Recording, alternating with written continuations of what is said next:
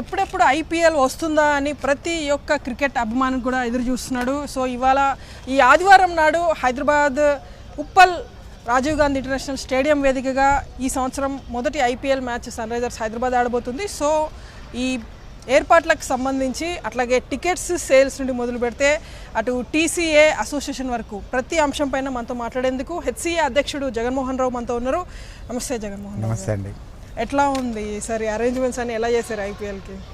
ఈసారి ఐపీఎల్కి మీరు చూస్తే స్టేడియం కొత్త కళ కనిపిస్తూ ఉంది. మీకు ఎవ్రీథింగ్ రెడీగా ఉంది. ఇంకా 24 అవర్స్లో మా పనులన్నీ కంప్లీట్ చేసుకొని 23rd మ్యాచ్కి ఒక 2 days ముందే కంప్లీట్ చేయాలనుకుంటున్నాం. నాకు తెలిసి అన్ని పనులు కూడా కంప్లీట్ అవుతాయి. కొత్త వాష్రూమ్స్ క్రియేట్ చేయగలిగాం, seating canopy, lighting last time నుంచి కొత్తగా చేయగలిగాం. అంతేకాకుండా హాస్పిటాలిటీ ఏరియాలో ఈసారి చాలా బాగా చేస్తున్నాం. మాకున్న రంగన్న లాంజ్ కానీ, మాన్సింగ్ లాంజ్ కానీ, హాస్పిటాలిటీ లాంజెస్ కానీ అండ్ జనరల్ స్టాండ్స్లో కానీ క్లీనింగ్ అండ్ ప్రాసెస్ కంప్లీట్ అయింది. ఆల్మోస్ట్ రెడీగా ఉంది. అంటే ఈసారి లాస్ట్ టైంతో పోలిస్తే కొత్తగా ఈ సీటింగ్కి సంబంధించి కావచ్చు, గ్రౌండ్ వైజ్ కావచ్చు, ఏమేమి కొత్తగా చేశారు? మనకు 37,000 సీటింగ్ కెపాసిటీ ఉంది. సీటింగ్ కెపాసిటీ పెంచడం తగ్గించడం మన వాళ్ళు ఇప్పుడేం కాదు. కాకపోతే ఏం చేస్తారంటే హాస్పిటాలిటీ లాంజెస్ కొని పెంచాం లాస్ట్ టైం కంటే. అండ్ అంతేకాకుండా ఈ ఫుడ్కు సంబంధించిన స్టాల్స్కి సంబంధించిన ఏరియాస్ని పెంచడం, వాష్రూమ్స్ చాలాసార్లు మన మీద హైదరాబాద్ క్రికెట్ అసోసియేషన్కి ఒక బ్యాడ్ నేమ్ ఏంటంటే వాష్రూమ్స్ బాగుండవని. ఈసారి కొత్తగా 10 వాష్రూమ్స్ కొత్తగా కట్టగలిగాం జనరల్ స్టాండ్స్లో. అంతేకాకుండా కార్పొరేట్ బాక్సెస్లో కూడా చాలాసార్లు ప్రాబ్లం ఉండింది, ఏసీ ప్రాబ్లమ్స్ ఉండే. అవన్నీ కొత్త ఏసీస్ ఒక 120 కొత్త ఏసీస్ ఇన్స్టాల్ చేశాం.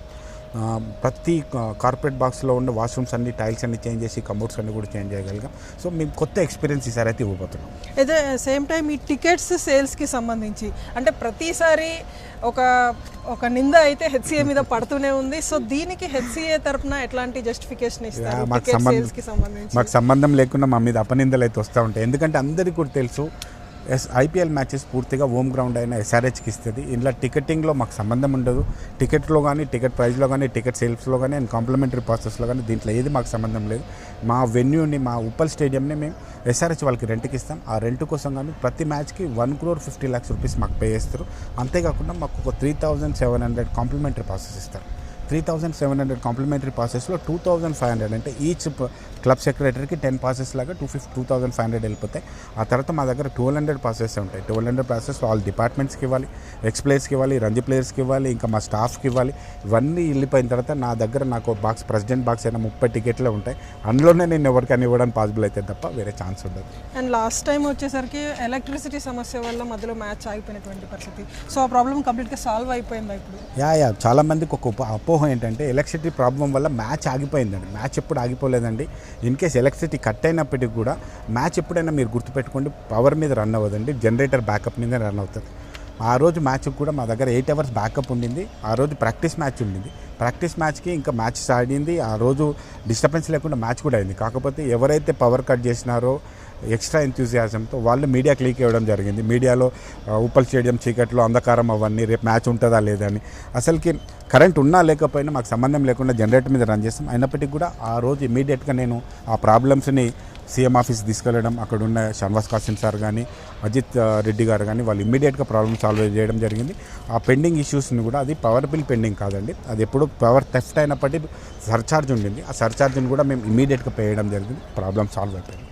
అండ్ ఇప్పుడు ప్లేయర్స్ హైదరాబాద్కి వచ్చిన తర్వాత అసలే రంజాన్ సీజన్, సో ఎక్కడెక్కడైనా ప్లేసెస్ విజిట్ చేయడానికి ముందే మనం షెడ్యూల్ పెట్టుకున్నారా ఎట్లా? అయితే ఐపీఎల్లో అండ్ బీసీసీఐకి సంబంధించిన ప్లేయర్స్ అందరూ కూడా ఓపెన్గా బయట తిరగడానికి పాసిబిలిటీ చాలా తక్కువనే ఉంటుంది. బట్ ప్లేయర్స్ అడిగినప్పుడు ఖచ్చితంగా వాళ్ళని హైదరాబాద్ ప్రెసిడెంట్గా ఇక్కడ నేను వాళ్ళు హోస్ట్ చేస్తున్నాను, నేను హోస్ట్ని కాబట్టి వాళ్ళ ఏదైనా చిన్న చిన్న ఇష్యూస్ ఉంటే వాళ్ళని సాల్వ్ చేయడానికి ప్రయత్నం చేస్తాం. వాళ్ళకి ఏమైనా కోరికలు ఉంటే ప్రయత్నం చేస్తాం. అండ్ రిగార్డింగ్ బీసీసీఐకి సంబంధించి తాజాగానే టీసీఏ పైన కూడా ఒక నిర్ణయం తీసుకోమని హెచ్సీఏకి మీకే చెప్పింది. సో దాని మీద మీరు ఒక సబ్ కమిటీ కూడా వేశారు. సో ఆ ప్రాసెస్ అంతా కూడా ఎట్లా నడుస్తుంది? అది 2000 తెలంగాణ స్టేట్ ఏర్పడిన తర్వాత నుంచి 2015 నుంచి ఒక 5-6 సంఘాలు మాకు బీసీసీఐ నుంచి అఫిలియేషన్ కావాలి. వేరే స్టేట్లో కూడా 2 అసోసియేషన్స్ ఉన్నాయి, ఇక్కడ ఎందుకు ఇవ్వద్దని చెప్తే దాంట్లో టీసీఏ వాళ్ళు తెలంగాణ క్రికెట్ అసోసియేషన్ ఒక అసోసియేషన్ పెట్టుకొని వాళ్ళు బీసీసీఐ నుంచి బాగా రెగ్యులర్గా చేయడం, కోర్టుకు వెళ్ళడం జరిగింది.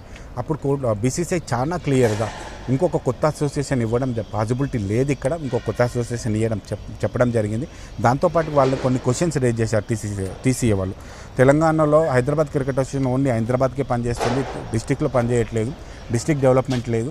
దాంట్లో మేము కొన్ని సూచనలు ఇస్తాం, దాన్ని వాళ్ళని మాట్లాడమని చెప్తే బీసీసీ ఒక డైరెక్షన్ మాకు ఇచ్చింది 2021లో ఇచ్చి వాళ్ళతో పిలిచి మాట్లాడండి, వాళ్ళ కన్సిడర్ చేయండి, వాళ్ళు ఏమైనా సజెషన్స్ ఇస్తే సజెషన్ తీసుకోమని చెప్పారు తప్ప వాళ్ళని కలుపుకోమని కానీ వాళ్ళని మర్జీ చేయమని కానీ ఏమీ చెప్పలేదు. దాంట్లో భాగంగానే రీసెంట్గా మేము ఒక కమిటీ వేయడం జరిగింది. ఆ కమిటీ మీటింగ్ కూడా రేపు 19th రోజు మీటింగ్ ఉంది వాళ్ళది. ఆ మీటింగ్ అయిన తర్వాత తెలుసు, ఈరోజు సాయంత్రం రేపు మార్నింగ్ మీటింగ్ ఉంది. ఆ మీటింగ్లో వాళ్ళు ఏమైనా నిజంగా కూడా తెలంగాణ క్రికెట్ అసోసియేషన్ వాళ్ళకి ఏమైనా ఇష్యూస్ ఉంటే వాళ్ళు చెప్పుకోమని, ఇట్లా ఒక్కరితో మాట్లాడడం స్టార్ట్ చేస్తే కొత్తగా ఒక ఆయన తెలంగాణ డిస్ట్రిక్ట్ క్రికెట్ అసోసియేషన్ అని, ఇంకొకటి cat cricket association of Telangana అని, ఇట్లా 10-15 ఆర్గనైజేషన్స్ ఉన్నాయి. వాళ్ళెవరిని కూడా మేము క్యాటర్ చేసే పరిస్థితి ఉండదు. హెచ్సిఏ 1934లో స్టార్ట్ అయిన హైదరాబాద్ క్రికెట్ అసోసియేషన్, ఇది ఫౌండర్ మెంబర్ అయిన బీసీసీఐ కూడా చాలా క్లియర్గా చెప్పింది, ఒక స్టేట్కు ఒకే అసోసియేషన్ తప్ప వేరే అసోసియేషన్ ఉండదు అని చెప్పడం జరిగింది. అండ్ ఇప్పుడు గతంతో పోలిస్తే ఇంటర్నేషనల్ మ్యాచెస్ హైదరాబాద్ స్టేడియంకి ఎక్కువ ఉన్నాయా, తక్కువ అయ్యాయా, ఏమనుకోవాలి? యాక్చువల్గా ఏమైందంటే మ్యాచ్లు మనకి రెగ్యులర్గా ఇండియాలో ఎన్ని మ్యాచెస్ అవుతాయో అన్నీ మ్యాచ్లు పెరగనప్పుడు ఎక్కువ స్టేడియంకి మ్యాచ్లు పెరగడం కూడా చాలా తక్కువ పాసిబిలిటీ ఉంటుంది మనకి. ఇప్పుడు అంతేకాకుండా ఇండియాలో కొన్ని కొత్త స్టేడియంస్ రావడం జరిగింది. కొత్త స్టేడియంస్ వచ్చినప్పుడు బీసీసీఐకి అన్ని స్టేడియం సమానమే కాబట్టి అందరు క్యాటర్ చేయాలి. అయినప్పటికీ కూడా మీరు last time England test match జరిగినప్పుడు ఇండియాలో కాదు వరల్డ్లో రికార్డ్ ఏంటంటే ఎంతమంది స్పెక్టేటర్స్ ఎప్పుడు ఏ టెస్ట్ మ్యాచ్కు రారు. మన దగ్గరనే 1,08,000 టోటల్గా 4 రోజులకు కలిపి 1,08,000 మంది వచ్చారు. దాన్ని బీసీసీఐ నిజంగా కూడా అప్రిషియేట్ చేసింది మమ్మల్ని. అంత క్రికెట్ క్రేజ్ ఉంటుంది ఇక్కడ అని చెప్పి. మళ్ళీ ఇప్పుడు రేపు సౌత్ ఆఫ్రికా తోటి టెస్ట్ మ్యాచ్ ఉంది. రేపు 22nd రోజు బీసీసీఐకి సంబంధించిన అపెక్స్ మీటింగ్ ఉంది. ఆ రోజు డిసైడ్ చేస్తారు. నేను వాళ్ళని రిక్వెస్ట్ చేయడం కూడా జరిగింది, వాళ్ళకు ఈమెయిల్ రాయడం కూడా జరిగింది, మాకు ఇంకొక టెస్ట్ మ్యాచ్ ఇస్తే బాగా చేస్తామని చెప్పి. అండ్ ఈ ఐపీఎల్కి వచ్చేసరికి సిఎస్కేతో పాటు ఆర్సీబీ మ్యాచెస్కి లేవు. సో ఆ 2 మ్యాచ్లకే చాలా హై వోల్టేజ్ మ్యాచెస్, చాలామంది టికెట్స్ కోసం మీ మీద ప్రెజర్ కూడా పెట్టుంటారు. సో ఆ 2 మ్యాచెస్ ఇక్కడ లేకపోవడానికి గల కారణం ఏమనుకోవచ్చు?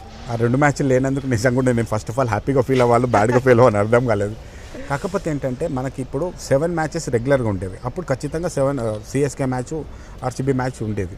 అయితే ఈసారి ఏం జరిగిందంటే మనకు 2 ఎక్స్ట్రా మ్యాచ్లు వచ్చినాయి, ప్లే ఆఫ్ మ్యాచెస్. దాన్ని మనం ఎలిమినేటర్ మ్యాచ్ కానీ సెమీఫైనల్ మ్యాచ్ కానీ వచ్చింది. అయితే బీసీసీఐ ఆలోచించింది ఏంటంటే అన్ని గ్రౌండ్లకు సమానంగా ఇవ్వాలి, ధోనీని మన కోహ్లీని అన్ని తీసుకెళ్లాలనే ఉద్దేశంతో వేరే దగ్గరికి ఆ మ్యాచ్ వెళ్ళింది. ఎందుకంటే ఖచ్చితంగా ప్లే ఆఫ్ మ్యాచెస్లో అంటే ఎలిమినేటర్ మ్యాచ్ కానీ లేదంటే సెమీఫైనల్లో కానీ ధోని సిఎస్కే కానీ ఆ టీం కానీ రావడానికి అవకాశం ఉంటుంది. ఆ 2 వస్తాయి కాబట్టి మ్యాచ్ని షిఫ్ట్ చేశారని నేను అనుకుంటున్నాను.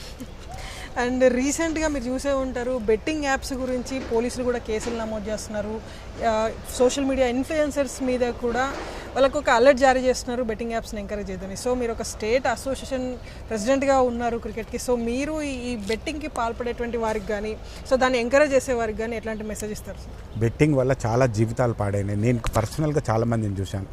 గ్యాంబ్లింగ్లో, బెట్టింగ్లో, రేసెస్లో అండ్ జూదాల ఆడడంలో లైఫ్ పాడైతే తప్ప ఎప్పుడు దాంట్లో బాగుపడరు.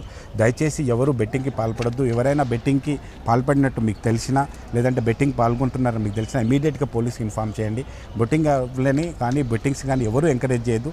ఎనీ క్రికెట్ అసోసియేషన్ దాన్ని ఎంకరేజ్ చేయదు. మేము కూడా దానికి అగనెస్ట్. ఎవరైనా అట్లాంటివి తెలిస్తే మా దృష్టికి కానీ పోలీస్ దృష్టికి కానీ తీసుకురండి.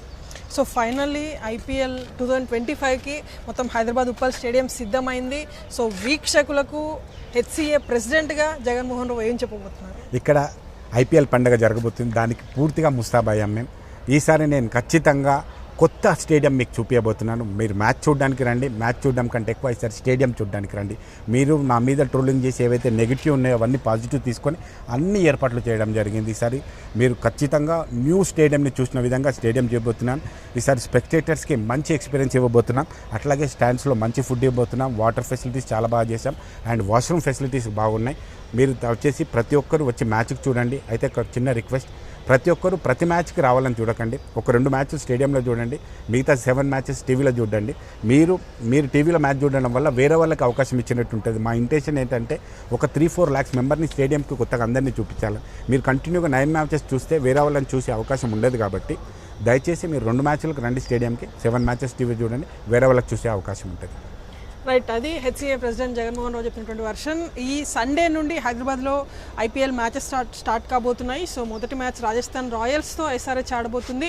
సో గతంతో పోలిస్తే ఈసారి భిన్నంగా హైదరాబాద్ ఉప్పల్ స్టేడియంలో మ్యాచ్ ఎక్స్పీరియన్స్ ఉండబోతుంది. అటు సీటింగ్ నుండి మొదలు పెడితే వాష్రూమ్స్ వరకు అన్నిట్లో కూడా డెవలప్మెంట్ చేశాము. ప్రతి దాంట్లో కూడా గతంలో ఏవైతే సోషల్ మీడియా వేదికగా కొన్ని ట్రోల్స్ చేశారో వాటన్నిటినీ కూడా చక్కదిద్దుతూ అన్నిట్లో కూడా డెవలప్మెంట్ చేశాము. ప్రతి దాంట్లో కూడా స్టేడియంకి వచ్చి మీరు ఎక్స్పీరియన్స్ చేస్తే ఆ చేంజ్ ఏంటో వ్యూవర్కి తెలుస్తుందంటూ హెచ్సిఏ ప్రెసిడెంట్ చెప్తున్నారు. అండ్ సెకండ్ థింగ్, బెట్టింగ్కి ఎవరు కూడా పాల్పడవద్దు. ఇప్పటికే బెట్టింగ్స్కి సంబంధించి అటు లా అండ్ ఆర్డర్ పోలీసులు అట్లాగే సీనియర్ పోలీస్ అధికారులు కూడా ఒక మెసేజ్ని ఇస్తున్నారు బెట్టింగ్కి పాల్పడేటువంటి వారికి కానీ దాన్ని ఎంకరేజ్ చేసేటువంటి వారికి కానీ. సో హెచ్సిఏ ప్రెసిడెంట్ కూడా బెట్టింగ్ యాప్స్ పైన ఒక అలర్ట్ అయితే జారీ చేశారు. ఎవరు కూడా బెట్టింగ్స్కి పాల్పడి జీవితాన్ని నాశనం చేసుకోదన్నటువంటి ఒక మెసేజ్ని హెచ్సిఏ ప్రెసిడెంట్ జగన్మోహన్ రావు ఇస్తున్నారు. విడుదల జర్నలిస్ట్ హరికృష్ణతో ఉప్పల్ స్టేడియం నుండి ప్రణీత, TV9.